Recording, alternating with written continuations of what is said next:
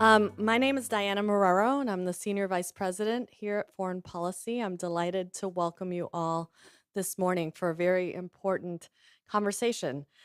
Today's program is about harnessing the potential of population aging, and we're going to be looking at insights and opportunities for development finance in particular during this time at the annual meetings of the World Bank. So we'll be addressing some big issues during today's program, from how current demographic trends are affecting countries and economies around the world, to the role of multilateral banks and international finance institutions in overcoming challenges and harnessing opportunities presented by population aging. We're grateful to AARP for their partnership on today's program and for making this gathering possible. We'd also like to thank both our in-person audience gathered here in Washington, just blocks from the annual meetings, and our online audience watching from all over the world. So thank you for joining us.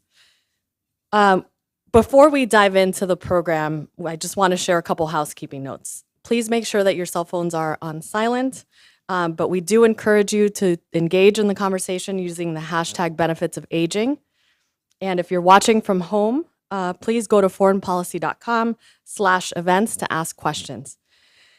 And if you're interested in taking a deeper dive into these issues, please check out the new report by FP Analytics, Harnessing the Potential of Population Aging. It's available now at investinginpopulationaging.com.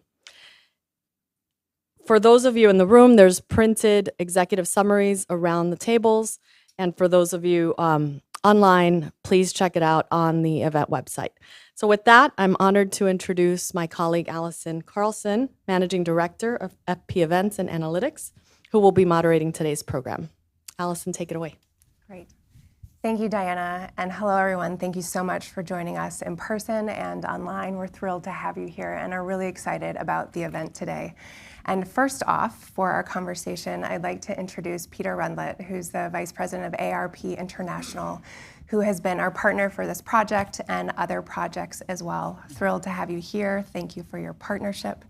And we're really excited to launch the research project that we've been working on for the better part of this year. That is part of a broader portfolio of work that we've been working on in collaboration with AARP and AARP International specifically. And would love to kick off the conversation today with you, Peter, to talk a little bit more about AARP International, your goals with respect to this work, and as we're alongside the IMF World Bank meetings, what your goals are for this discussion and where you hope it takes us. Thank you, Allison. And let me start by saying good morning to everybody here. I really appreciate how many people showed up for an early morning event on this topic. It is an essential topic, and we'll get to that.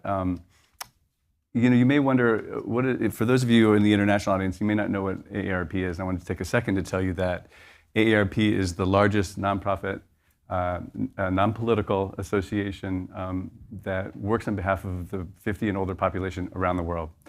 We have 38 million members in the United States alone. And we are very focused as an institution on the domestic population with respect to our membership, but our policy work really is intended to help older people around the world. And I say help, but the international team, which I'm a part of, which is part of the broader Global Thought Leadership team, does really fantastic work, almost like an embassy reaching out to the innovators around the world in aging. There are experts and stakeholders from whom we can learn around the world. We like to say that good ideas have no borders. At the same time, we have tremendous researchers and policy wonks coming up with new ideas that we also like to share with our stakeholders around the world. As a relatively small team, as part of this broader organization, we find real great value in partnership. And so we have an ongoing partnership with the United Nations, with whom we've had status since 1987. We work very closely with the World Health Organization on their UN Decade of Healthy Aging. We have a partnership with the OECD, the World Economic Forum, and others. And the idea really is to leverage the thinking that we have about the megatrend of aging and to get these institutions to think about the important policy implications of aging populations. So that's a little bit about AARP and AARP International. Quick highlight to say that next week we're hosting a fantastic foundation on the business case for healthy longevity, bringing in business leaders from really around the world to talk about these issues. And we're going to release a global longevity economy report with Economist Impact next month, which really evaluates and categorizes the ways in which the 50 and older population adds value to the economy. So look out for those. This project, we know there's a mega trend of aging, right? Kind of around the world, people are talking about aging in societies like Japan and Singapore. We talk about it with respect to Asia and Europe quite a bit, but it's actually taking place all over the world, and we'll hear about that a little bit later today. In Latin America, some countries have the fastest pace of aging. There is a youth bulge in Africa. But 30 years from now, in 2050, 80% of all the older people are going to live in lower and middle income countries. So this is a trend that's affecting everyone. It's happening around the world, and we think we need to be thinking about that in advance. Not because it's bad news or something to prepare for, but to leverage, to take advantage of. And we think with proper planning, there's a lot that can be done, that these world institutions, these international institutions can have a great impact on the older populations. Very specifically to the multilateral development banks, as you well know, the best and the brightest send their people to work at these banks. And they wield enormous influence, investing billions of dollars a year in societies around the world. We think, we know how powerful these institutions are. We know that 30, 40 years ago, there wasn't as much thought about the impact on climate and environment. They didn't think quite as much about the impact on women and girls. That's all been rectified, or they're working on that. We think aging is another lens that needs to come to that work. So that's why we started to embark with this project with you. Absolutely. And in light of those trends for our group too and our analytics team, we're really trying to understand what are those trends, to what degree, what are the impacts, and to your point exactly, what can be done now to invest in and prepare for and strengthen economies in anticipation of those shifts, particularly in low and middle income countries around the world. So as part of our collaboration, and again, I would welcome everyone to take a look at the research that is online for those who are joining us online, as well as here, and can be accessed by your QR code. But it's really looking into those trends, and not only what are those trends, what are the potential impacts, but also what are the ways in which international lending institutions and multilateral development banks already thinking proactively about how they can play a leadership role in really supporting that development around the world.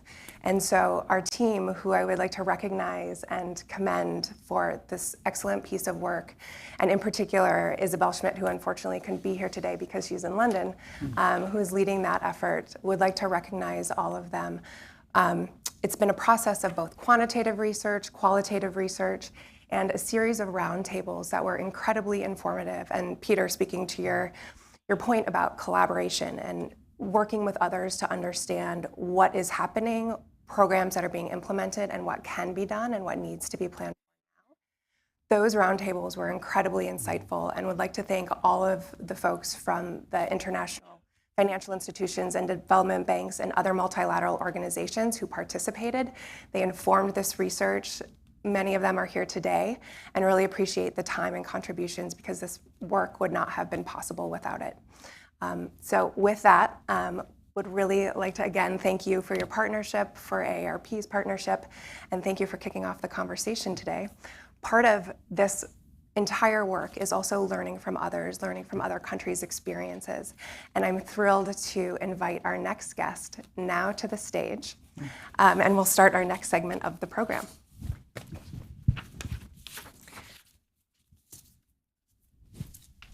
Good morning. Thank you so much for joining us. I'd like to welcome Dr. Toshiaki Hiromitsu, the Minister of Finance with the Embassy of Japan in Washington, who is also a visiting scholar of the Policy Research Institute in the Ministry of Finance. We're absolutely thrilled to have you here today to really frame our conversation and to learn from you and your country's experience as it pertains to demographic change and aging. And as we know, Japan has one of the oldest societies in the world. And in terms of lessons learned, how have you and how has the government prepared for that and prepared for that demographic change over time? Firstly, thank you very much for inviting me to this important occasion. And my name is Toshiaki Hiromitsu. I'm now working in the Embassy of Japan, but I originally come from the Ministry of Finance of Japan, and I have experience of making budget for social welfare expenditure in Japan. So I'm very happy to come here to share my personal and our experience about Japan. And let me start with the status quo of aging of Japanese society.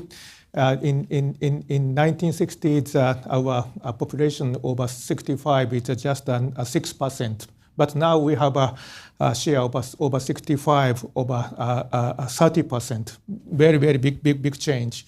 In the projection, and in 2040, our population over 65 will become 35%. And let me focus on the age population over 75. It was just 2% in 1960, but it is now dramatically increased 18%. So 18% of the people in Japan is over 75 right now. And in 2040, it will be 20%. So 2 among 10 people of Japanese in 2040 will become over 75 years old. So very, very rapid aging we are now experiencing. And certainly the aging of society come together with the decline of population. So from now to 2040, we will experience more than a 10% population decline in Japan. So because of that, we have 2 economic impact from the aging of Japanese society. One is certainly slower economic growth due to the decline of a working population. And the second one is growth of welfare expenditures over GDP growth. So share of our social welfare expenditure grow dramatically compared with our nominal GDP. This is a second effect on our economy. So we have 2 priorities to tackle these difficult economic issues. One is certainly maintaining economic growth. So we have to make some investment like technologies and the workplace or something like that. This is the first priority. And the second one is so we have to stabilize welfare expenditures in accordance with the economic growth. So we have 2 priorities and 2 challenges in our economic policies. So this is a summary of our experience right now. To follow up on that quickly, when you think of the investments that are being made, what are the key priority areas for those investments specifically to support older adults as well as foster economic growth? Yeah, so I think that to maintain the economic growth, we have 2 front to make our investment. One is certainly capital investment. So we are now promoting investment by private firms through tax incentives and other subsidies. And we also provide subsidies for the innovations. So innovation in the public institutions and innovations through private institutions. So we have to make a good investment in the capital side of our economy. And the second one is certainly a labor side of economy. So we are now promoting employment of elderly people and also employment of women. And we are now expanding opportunities for elderly people and the women because we are now having the technology of remote work, and such kind of remote work condition will make them will give them good access to a workplace. So we are now promoting such kind of promotion of employment also. And other than that, we are now making investment of young people, but also for the middle-aged people, because there is quite a lot of technological change. So I think that the education of middle-aged people is very important in this world. So we are now making an investment to the middle-aged people. Yeah, it's a great point you make, and especially as several countries around the world are experiencing a youth bulge, and with limited resources and needing to prioritize investments, there's a potentially false choice of investing in one or the other. But taking a longevity perspective and investing in education and also middle-aged and older adults also has compounding impacts over time. And so if you were to think about what advice you would give or guidance for other countries around the world, particularly low and middle income countries that are experiencing or beginning to experiencing aging, what would be your advice and guidance for policies and priorities for investments there? Yeah, thank you very much. It's very important questions. So as you said before, we are now experiencing age of aging in the global aging. So I have three lessons from our experience. So first lesson is we have to recognize that the aging is an inevitable and rapid process, and it is a matter of demographic projection. It's a matter of a simple calculation. But perception among people do not change rapidly, and the people are likely to assume that the status quo will be continued. So I think that firstly, a government should act proactively and should educate people. This is my first lesson. And the second lesson is it is important to introduce, not to introduce too generous social welfare system, because it takes time and it takes political capital to diminish welfare system once they are introduced. So we have to take care of introducing appropriate social welfare system in specific conditions of countries. This is our second lesson. And the third lesson is it is important to remember that welfare expenditures cannot be funded by foreign currencies, but domestic resources. So welfare spending is different from investment in physical and human capitals, and it is not necessarily productive investment. So in spite of its political importance and in spite of its importance in national welfare, so these are our lessons from our experience in Japan. Great, thank you. And I would also encourage those in the room, if you have questions, please do let us know. And also those online, please submit them to events@foreignpolicy.com, and we'll be sure to get your questions addressed. We do have an audience question now. You're going to hold it? Yes. Okay. Good if- morning. My name is Max Trujillo, and I'm from MJT Policy, a government consulting firm. I wanted to ask, thank you for your presentation. I wanted to ask you, in terms of the population, aging population in Japan, are there numbers of the percentage in the workforce currently, in terms of the overall workforce? I don't know if you do that at 50 or 65. And I think the other question will be in terms of investment of the infrastructure. What is it that Japan is doing to be able to harness the economic power that population has, but also in terms of dwellings and a livable community or livable city according to their age and their physical abilities? Thank you. Thank you very much. So working population in Japan is about 60% or so. But we are still engaging in the enhancement of our working population through the enhancement of employment of older people and women. So this is our status quo. And with regards to the community, so in the aging society, so there is quite a lot of demand for long-term care. So we are now engaging in the development of a community-based long-term care system. So people who are old it's likely to take the opportunities of long-term care, not in facilities, but also in the houses. So such kind of a community-based long-term care system is now being introduced in every part of Japan. But it takes a very long time, and it takes quite a lot of resources. So we are now working on that intensively. Great, thank you. And then one final question for you before we move on to our next panel discussion. Given that you're based in Washington now, and thinking about ways in which you can collaborate, partner with other governments, with other multilateral institutions and the development banks, how are you doing that, specifically as it pertains to applying an aging lens to investments and these types of programmatic partnerships? Yeah, one of the most important things to cope with the aging is to stabilize social welfare expenditure in accordance with the economic growth. And actually, we have a good pension system, and our pension system has an automatic stabilizer, which adjusts pension in accordance with the macroeconomic development. So I think that this type of automatic stabilizer in accordance with the macroeconomic development could become a good example for developing partners.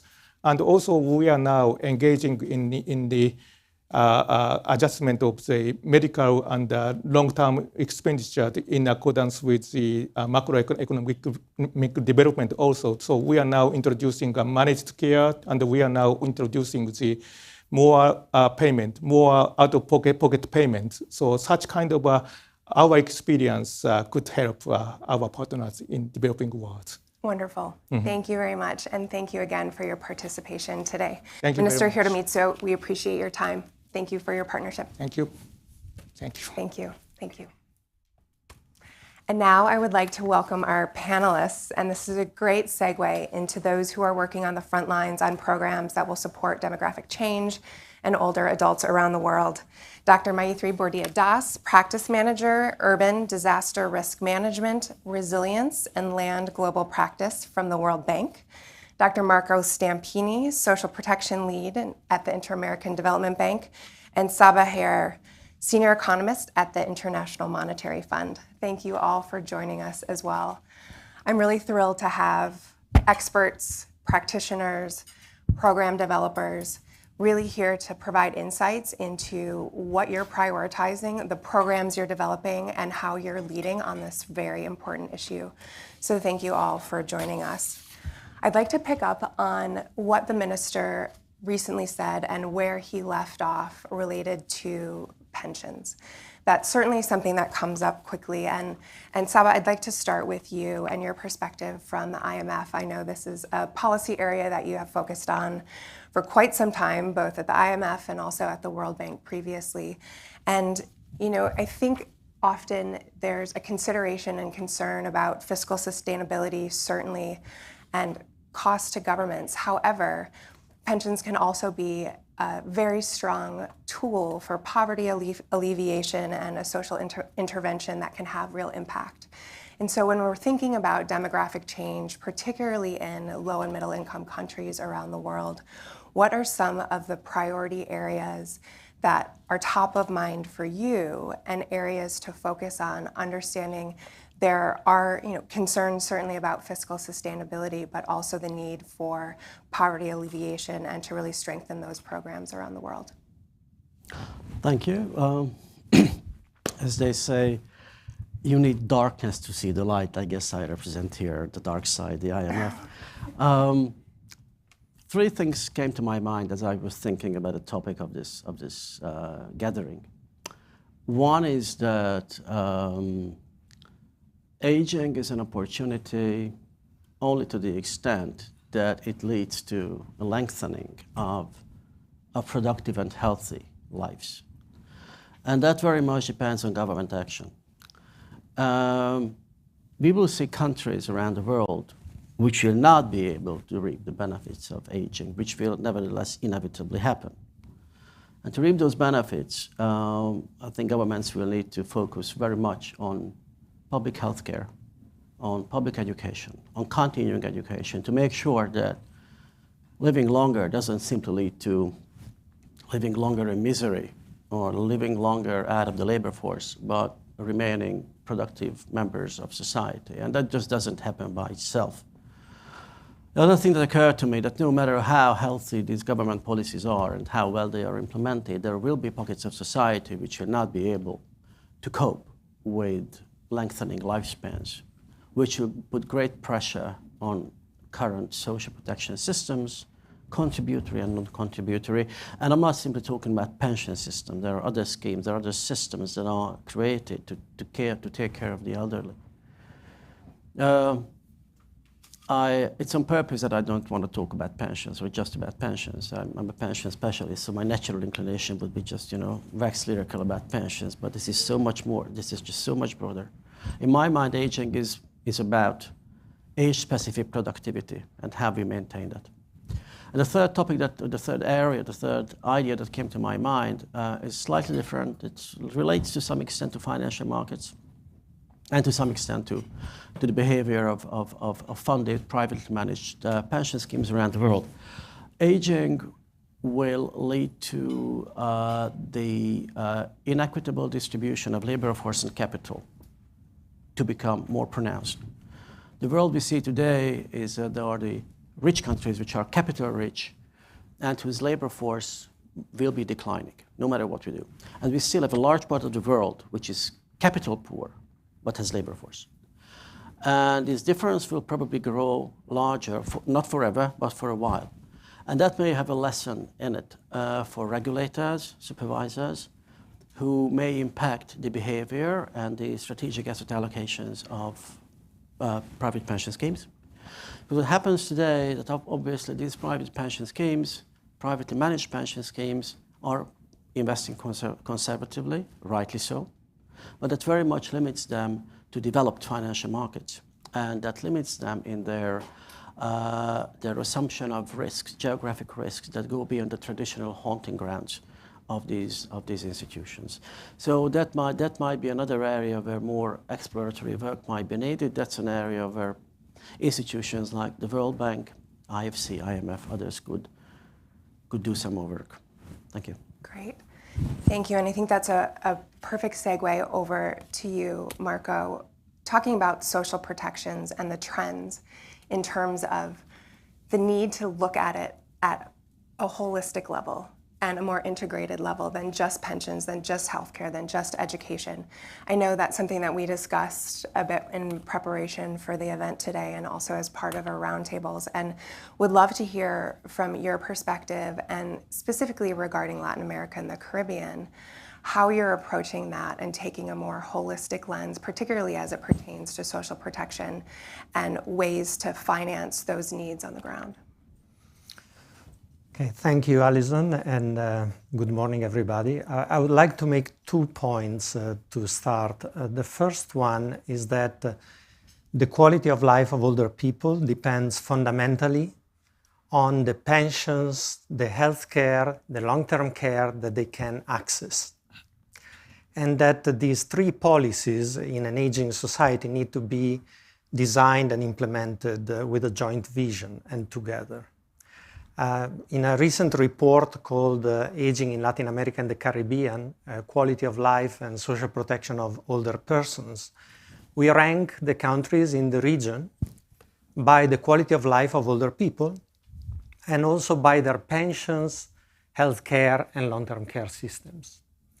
And we argue, for example, that if you look at a pension, the situation in the region is very different from the one that was described earlier for Japan.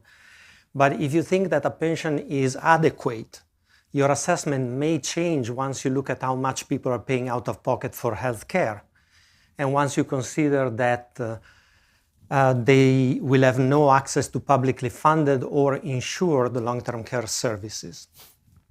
So in the report, we try to make the point that you need to do these 3 policies together. And that, for example, the political and social feasibility of the reform in one of the 3 fields will depend on what you are proposing and implementing in the other 2.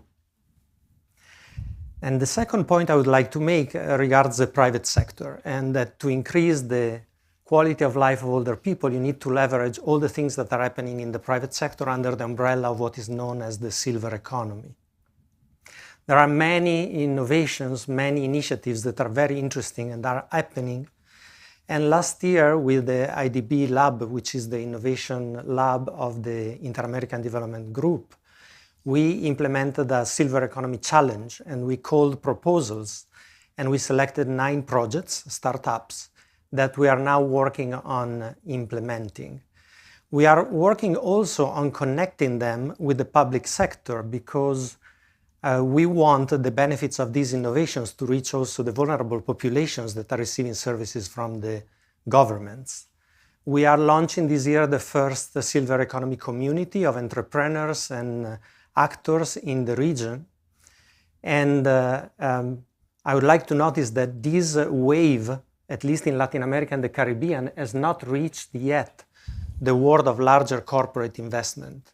And I think that development banks can play an important role for this to happen. Wonderful. I'd love to dig into that collaboration more and the role of the private sector and innovation in particular in just a few minutes. I'd like to turn it over to you, Maitri, to learn a little bit more about the work that you've been focusing on lately and also recently launched a new report. And for those of us here, but also those online, all of the reports coming out of the institutions and with our colleagues here today are available online for reference as well. So I would encourage you to all dig into those details as well. But from your perspective, and when you think about some of the investments and priorities of the World Bank, and again, picking up on both Saba's and Marco's comments about really taking a holistic view, what are your priorities and how are you engaging with lower and middle income countries around the world in particular that are experiencing a youth bulge and don't necessarily have these issues as front of mind as other policymakers and countries around the world?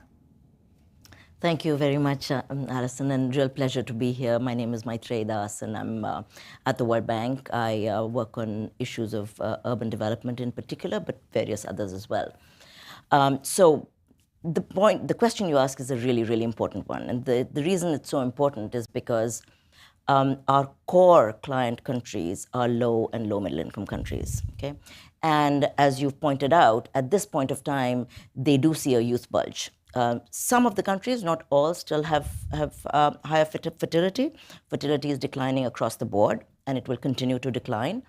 But the momentum of the population currently is that bulge that we see in pyramids that are no longer pyramids and will never be pyramids again. So the immediate problem of these low and low middle income countries is youth employment, it is education, it is basic health care.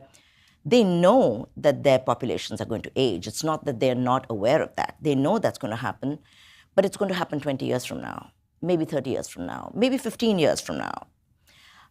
In terms of their immediate policy priorities, it doesn't feature not because they're not aware of it, but because they don't necessarily have the fiscal space or the political bandwidth or other kinds of bandwidth to be able to actually focus on aging. Now, having said this, I think COVID was a cataclysm in many different ways.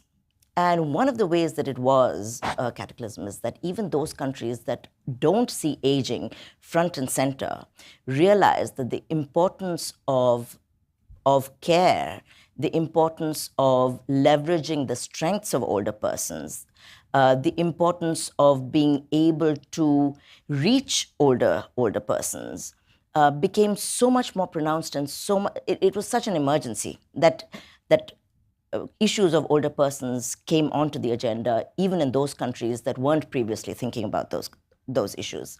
And I mean, we can go back to COVID, which was in many ways, I mean, I'm speaking the past tense, but it really was in many ways a time for innovation. It was a time for doing things in a different and new way.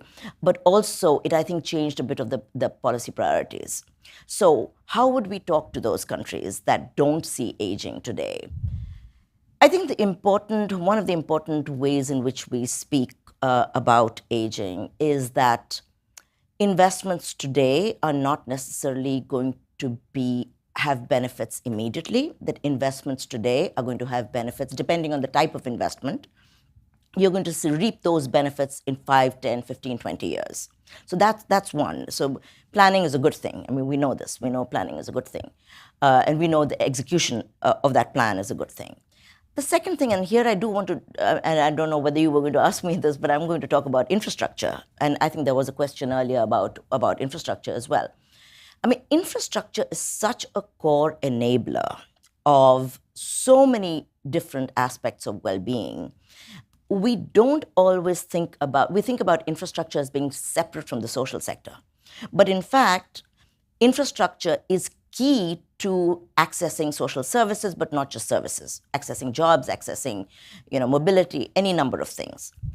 And investments in infrastructure today will be cheaper than investments in infrastructure 10, 20, 30 years from now. But also, it is much more expensive to retrofit infrastructure to an altered age structure than it is to plan for it today. And I can give you, an example and that example has to do with, say, universal design. Okay, we talk about universal design as being a key element of making infrastructure universal. And one of the other points that we make is that investments that you make for a changed age structure aren't necessarily just for older persons. Those investments are for the whole of economy, the whole of society. And that's the reason why we say universal design, but there are co-benefits to investing in the needs of older persons, which are not just for the needs of older persons. Ooh, wow. I'm sorry. All right.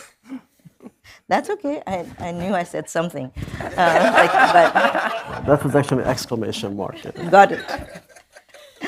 I realize the fund is sitting right here, so I'm not going to talk too much about social services. No, I didn't say that. Can we just redact that from?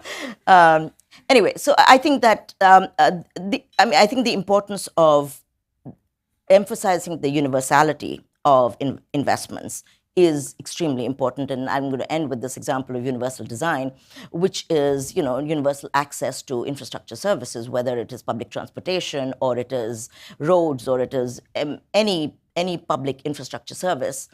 If you're not going to be able to make that universal today, retrofitting a BRT or retrofitting a metro rail in 10 years' time is just not going to happen, because it's going to be very, very difficult to make that investment unless you have the fiscal space to do that.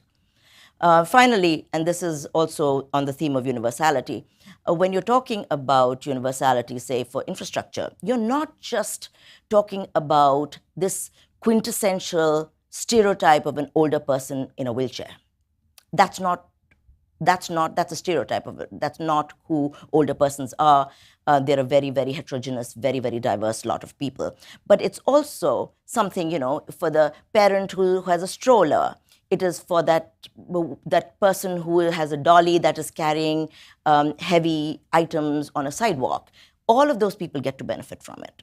So let me stop. I think I could go on this theme, but yeah. No, absolutely. Thank you so much. And those concrete examples of the co-benefits are so important. And would like to pick up on that, but also want to invite the audience, either here or online, if there are additional questions, to chime in. So I will dive in, but welcome those additional questions. So picking up on that note of co-benefits and universality, I'd like to circle back, Saba, to something that you said in the beginning about universal and pension programs, sure, but also investing in other areas that have co-benefits. And I was reminded of when you were talking about infrastructure and the ability to access using a stroller, and the opportunity for others to be active within a community, active within economy, and the ways that also impacts the opportunities to engage in the workforce in ways that are accessible, and the potential for jobs. And so we had a representative in one of our working groups from the ILO. And I remember a statistic that stood out about investing in universal health care, parental leave, could generate as many as 200 million jobs worldwide by 2030, and most of those jobs will be held by women. And so at the outset, Saba, you did say that a lot of the impacts are impacting women, and I'd like to tie in there about the way you think about that and the role of the IMF in supporting economies, and particularly in those policies that are uplifting older adults, particularly as it pertains to women.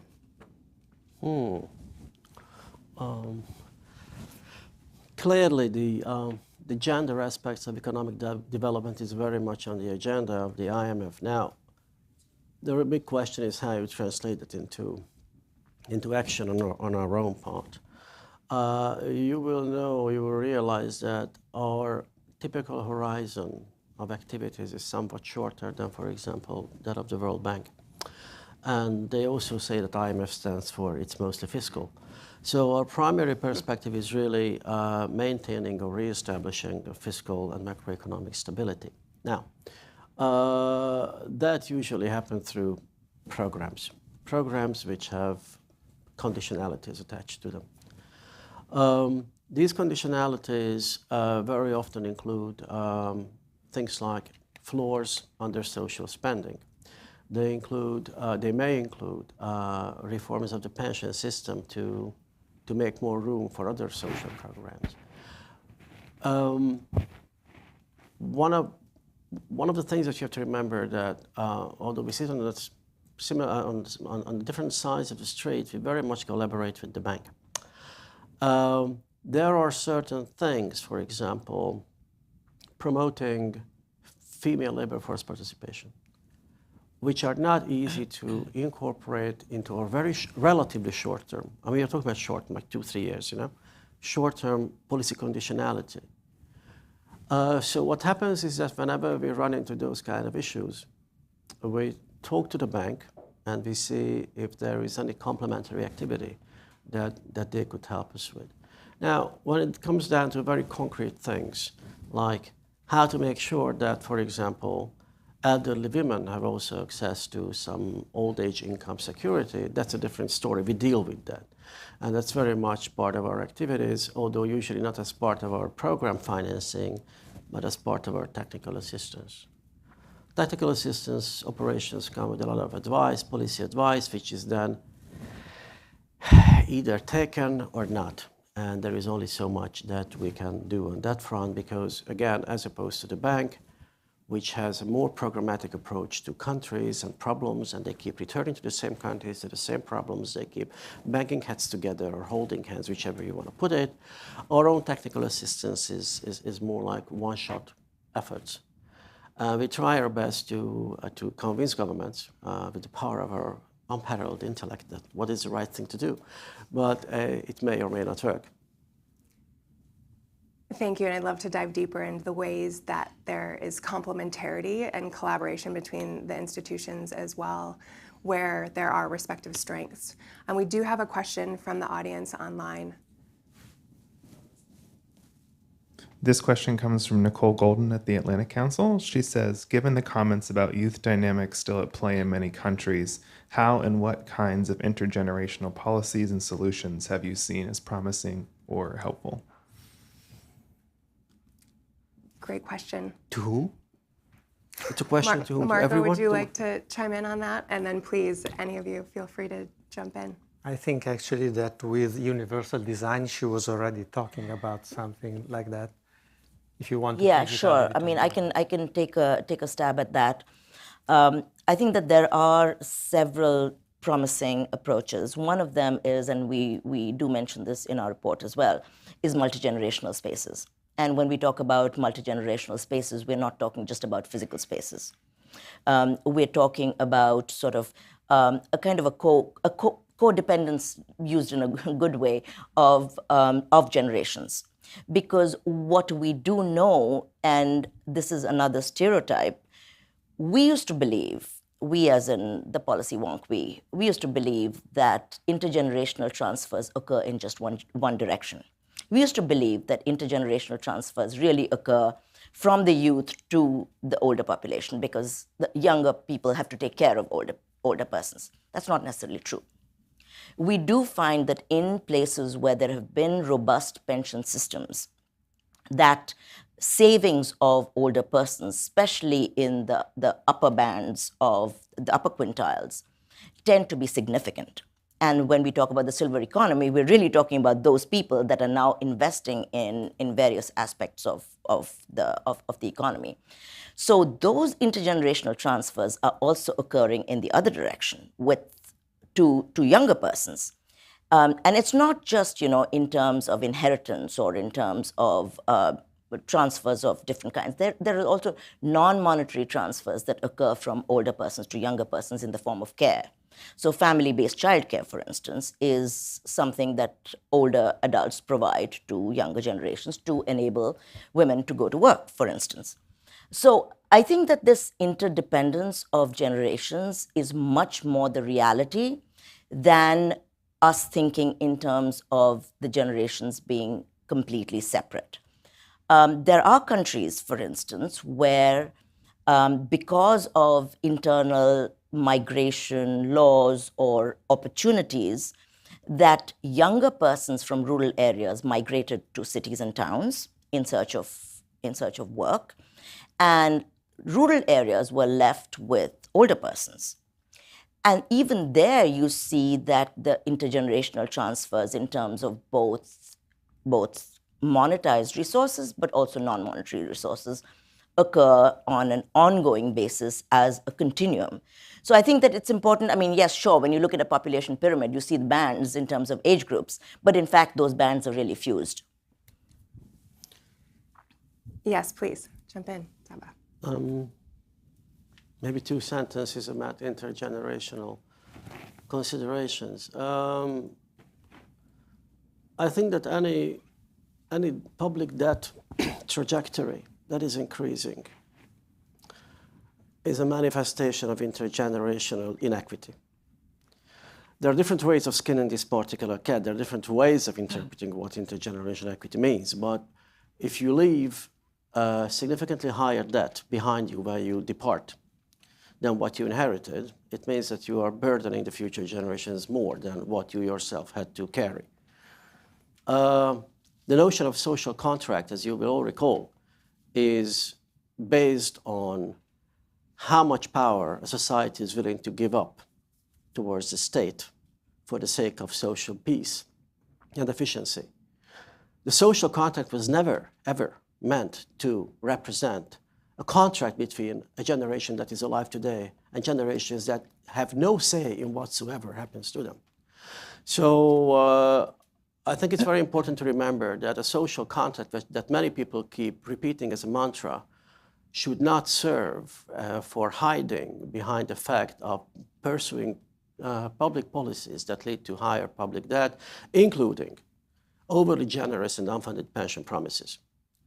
So I think that's more in line with what you expect the IMF to say. So here you go. All of that said, and I would love to bring you in, Marco, when you think about the intergenerational aspects of the discussion and your work, and also thinking through ways to address that within the Latin American Caribbean context, how are you thinking about that, and how is that showing up to be able to support that intergenerational communities and support systems that exist there? Then I'll take a stab at both intergenerational and gender question. Nowadays, poverty in many Latin American countries among older people is very low, and poverty among children is very high. Now, said that, any investment that is done on the older population today will benefit the children tomorrow. And on the other hand, what was said before about education of children, it will benefit the older population tomorrow, because older people with a higher level of education will be able to work more formally, better, and they will have a better older age overall, because of also of the ability to have healthy aging. So I will reinforce the point that investments in all generations improve the quality of life of an older population tomorrow. And then the gender lens, aging is very much a phenomenon with a gender lens. Women live longer, they live with more old age poverty nowadays. And the gender movement is really affecting the policy dialogue and debate in Latin America now, because the care systems are being pushed now together with care for children, care for persons with disability, care for older people, because until you have no care system, then it's the women traditionally in Latin American society that have to leave work to take care of children. Then they have to leave work when a parent becomes care dependent. And this affects very much their ability to stay in the labor market, because when a parent becomes care dependent at 80 and you stop working for 3 years, as it happens also here in the US, at 50, then you don't go back anymore. And then you don't have access to a pension, and then you don't have access to benefits later. So I would say that the gender dimension is pushing the development of many policies for older people. Thank you. I do want to come back to the gender lens, and I have another question specifically related to that, but we have another question from the audience. Yeah, we have a question that asks, I'm mindful of the fact that we're on the eve of COP27 in Egypt. Is there a larger potential in the aging population that we can tap into to help fight climate change or other major issues affecting the world today?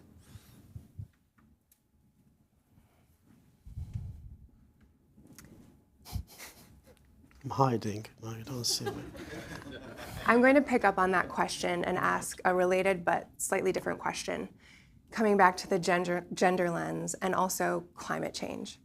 So each one of the banks has made a commitment and recognizes gender and also climate change as important priorities and applies a lens in programmatic development and investment priorities.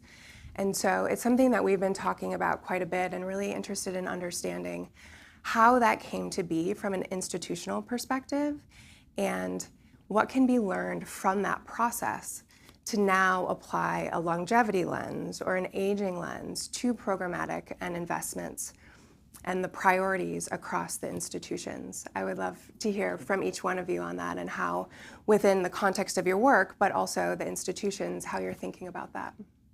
I mean, I can, yes, sure, I can take a stab at that.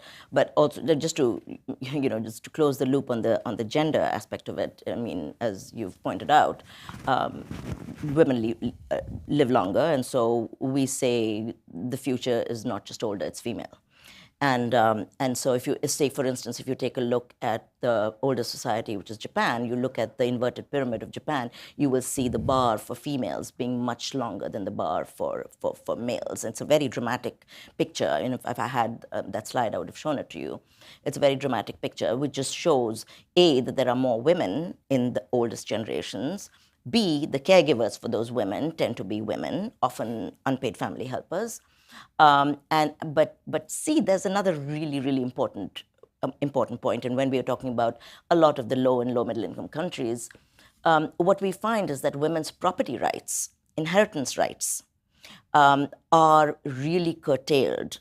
And in many parts of the world, they don't have access to their natal property, so the property of their parents, the parental property, or they may have it de jure, but they don't have it de facto. Okay, what that means is that when their husband or partner dies, which could be 10 years before they die, it could be 20 years before they die, they at this point of time have not, labor force participation rates have been low in many countries, or the countries where they've been high have tended to be in agriculture, which does not provide you with benefits. So you don't end up with benefits, and you don't end up with property. So what you do end up with is a dependency on your children, and in countries that have son preference, on your sons. So I think that there's a very linked gender aspect to this, other than the caregiving aspect of it. So on climate, I keep going back to Japan because it's just such a dramatic and fascinating example of the way in which aging has panned out and the way in which the country has responded. And Japan is also, and we were talking earlier, Japan is also a country that has been hit by disasters, by extreme weather events, which are, many of them are climate-related extreme weather events. So when you have a tsunami or you have a typhoon, you really think about what's the impact of that tsunami and that typhoon on older persons. And how do the generations actually come together in disaster preparedness, disaster response, in much longer term disaster preparedness. So what you find is that all generations across Japan are trained, the community is trained to evacuate older persons. Everyone knows the drill. Everyone knows the protocol. Kids are taught that in school. And it doesn't matter whether it's your own grandparent. It's that if they're older persons, you go look out for them. And vice versa. So I think that it's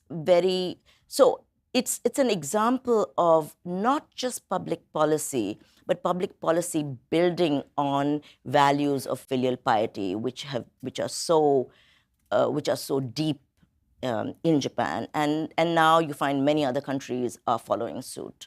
So this intersection of intergenerational relations, climate-related weather events, and age structure just really comes together.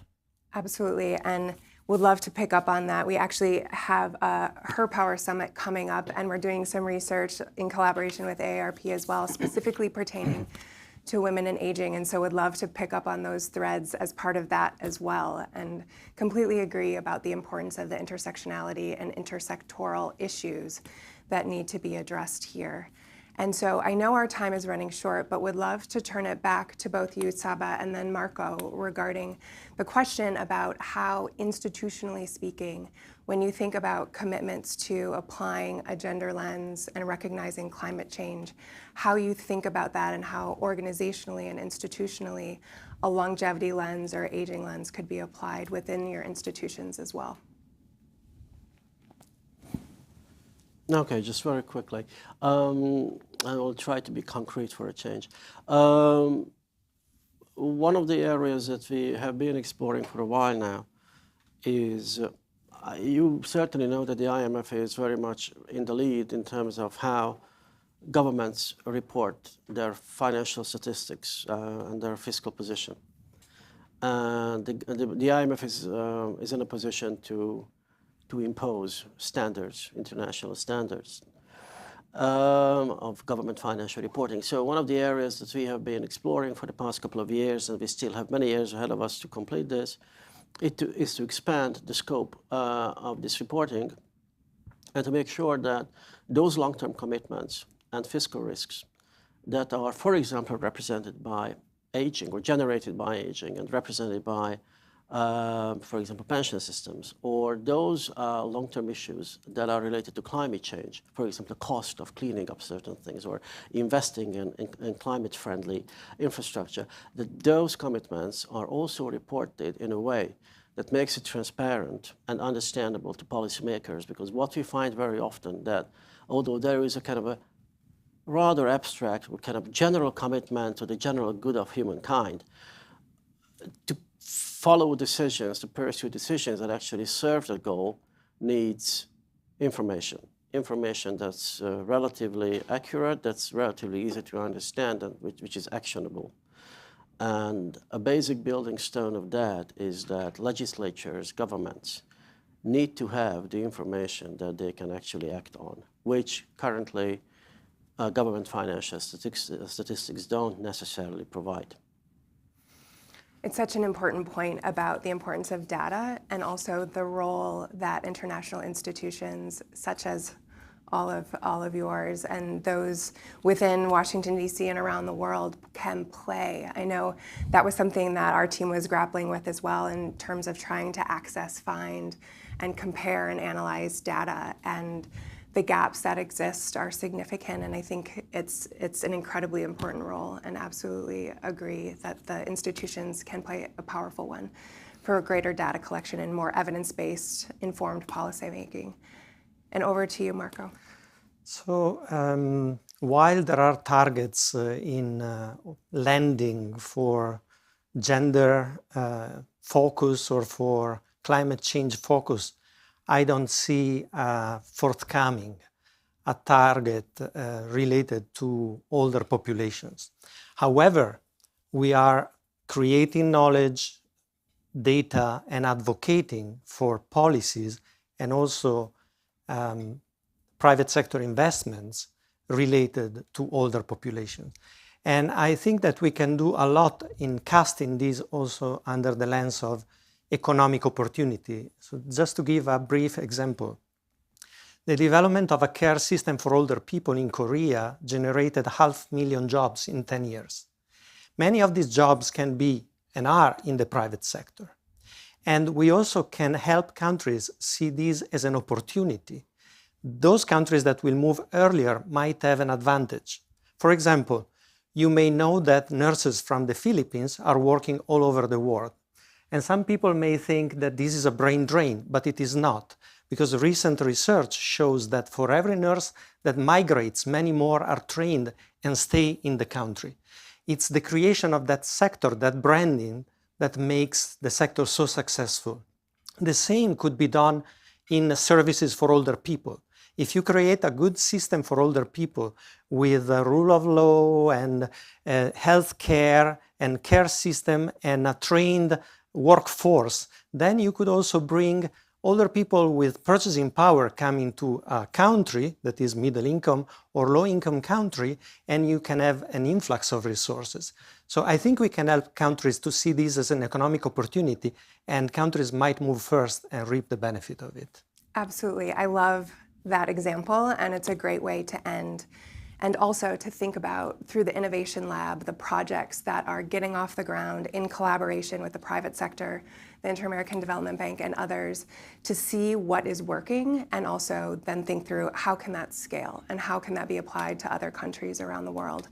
And so I would encourage everyone to dive into the research from all of our colleagues here today, and it's again available online as well as ours from FP Analytics. And thank you for all of your work. Thank you for your partnership and contribution to the conversation today. And we're really excited to see where this goes and also to continue the conversation and to follow all of your work. Thank you for everything that you do. Thank you. And thank you everyone for being here.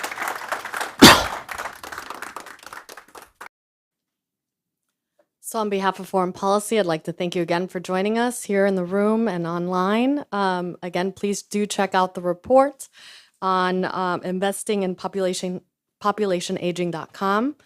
And so thank you again and hope you have a good rest of your day.